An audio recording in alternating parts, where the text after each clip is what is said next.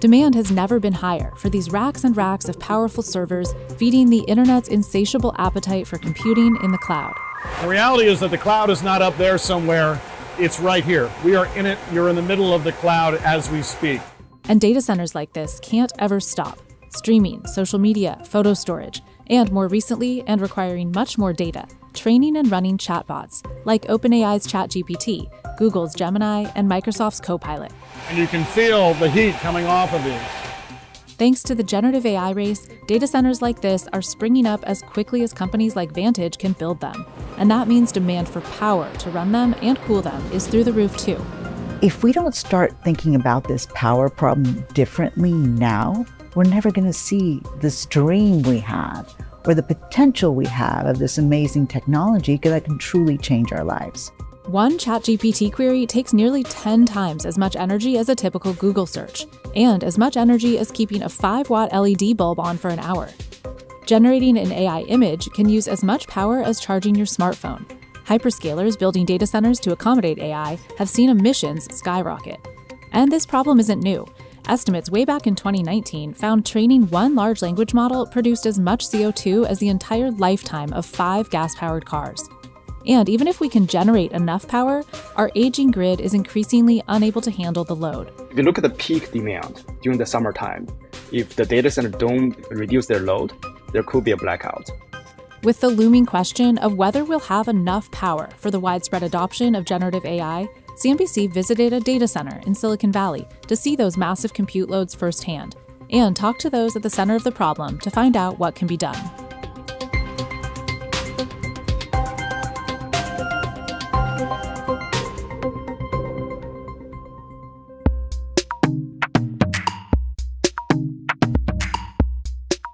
There are more than 8,000 data centers globally, with the highest concentration in the US, but it's not enough. But we suspect that the amount of demand that we'll see from AI-specific applications will be as much or more than we've seen historically from cloud computing. The AI frenzy has data center demand rising 15 to 20% every year through 2030. And as companies like Vantage build more and more, getting enough power is key. Data centers could reach a whopping 16% of total US power consumption by 2030, according to one report, up from just 2.5% before ChatGPT hit the scene in 2022. That's the equivalent of about 2/3 of the total homes in the US. Natural gas is expected to fuel the majority of this, and utilities will need to invest some $50 billion to support the growth. Data centers that probably around 64 megawatts for the building itself. Many of those are being taken up by single customers. They'll have the entirety of the space leased to them. And as we think about AI applications, those numbers can grow quite significantly beyond that into hundreds of megawatts. 64 megawatts, 100 megawatts, how many homes, on average with that power? Tens of thousands of homes per data center's worth of power. Many big tech companies contract with companies like Vantage to house their servers, but the needs of some have grown so much that many have been building their own data centers. For Google and Microsoft, this has directly translated to soaring emissions. Google's latest environmental report says greenhouse gas emissions rose nearly 50% from 2019 to 2023, in part because of data center energy consumption.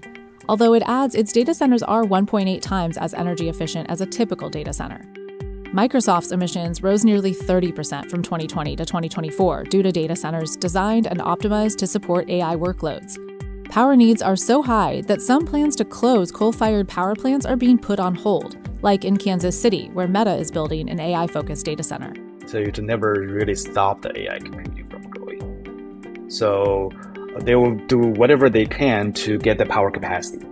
One approach, building data centers where power is more plentiful.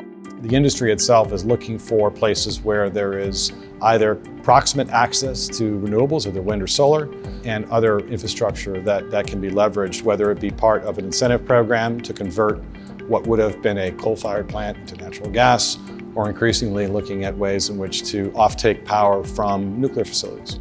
Santa Clara, where we visited Vantage, has long been one of the nation's hotspots for clusters of data centers near data-hungry clients. NVIDIA's headquarters was visible from the roof. Now, Vantage is building in places like Columbus, Ohio, and Atlanta, Georgia. In Northern California, we're seeing a bit of a slowdown in terms of where data centers are deployed because of the lack of availability of power from the utilities here in this area. On the flip side of bringing data centers where the power is, some AI companies and data centers are experimenting with ways to generate their own power right on site.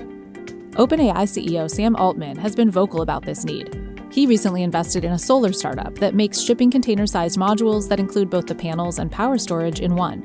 Altman's also invested in nuclear fission startup Oklo that aims to make mini nuclear reactors housed in A-frame structures, and in nuclear fusion startup Helion. Microsoft also signed a deal with Helion last year to start buying its fusion electricity in 2028. And Google's partnered with a geothermal startup that says its next plant will harness enough power from deep underground to run a large data center. Even data centers themselves are starting to generate their own power. Which Vantage has done, for example, in Virginia, where over the course of the last year, we deployed a 100 megawatt natural gas power plant to support a dedicated data center for one of our customers there. We're self-contained, and we're delivering power to the data center that we have there, and it doesn't touch the public grid at all. Even when enough power can be generated, the aging grid is often ill-equipped to handle transmitting it, and that's where grid hardening comes in. With concentrations of data centers in particular areas, there tends to put somewhat more pressure on the grid in terms of delivering that much power in those locations. In an area of Northern Virginia known as Data Center Alley, servers process an estimated 70% of the world's internet traffic each day. At one point in 2022, the power company there had to pause new data center connections as it struggled to keep up with demand. Basically, during the peak hour, we either ask the residents to turn off their AC, or we ask the AI company to stop their training. Vantage, as an example, voluntarily supports a load shedding program such that when the utility knows that they're going to have a constraint based on high temperatures, people need to run their air conditioners, we voluntarily come off the grid. We run our own generators during that time in order to ensure that power is available for everybody. The bottleneck often occurs in getting power from the site where it's generated to where it's consumed. One solution is to add hundreds or even thousands of miles of new transmission lines. But those projects, like one $5.2 billion effort to expand lines to Data Center Alley, have been met with opposition from local ratepayers who don't want to see their bills go up to fund the project. It is a part of the solution to increase the capacity from the grid side, but that's very costly and very time consuming. And sometimes the cost is just passed down to residents in terms of their utility bill increase.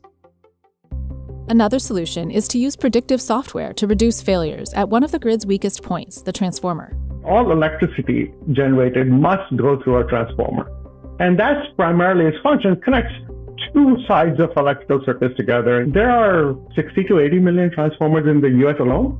The average transformer in the US is 38 years old, so the aging devices have become a common cause for power outages, and replacing them is expensive and slow. So we have this tiny little sensor. It's 2-inch diameter, 1-inch thickness, about half the size of a hockey puck. And we essentially glue it on the outside of a transformer. VI software can then predict failures and determine which transformer can handle more load so it can be shifted away from those at risk of failure. It's being installed in high power demand areas, like part of Mongolia, where data centers are coming online. VI says business has tripled since ChatGPT came on the scene in 2022. And what we're hearing in 2024, that we might double or triple again next year.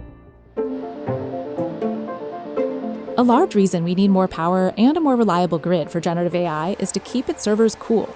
All the servers generate an immense amount of hot air, and cooling them down with air or water keeps them from overheating so they can keep running 24/7. The problem is, AI is projected to withdraw more water annually by 2027 than 4 times all of Denmark. Everybody's worried about AI being energy intensive. We can solve that when we get off our ass and stop being such idiots about nuclear, right? That's solvable.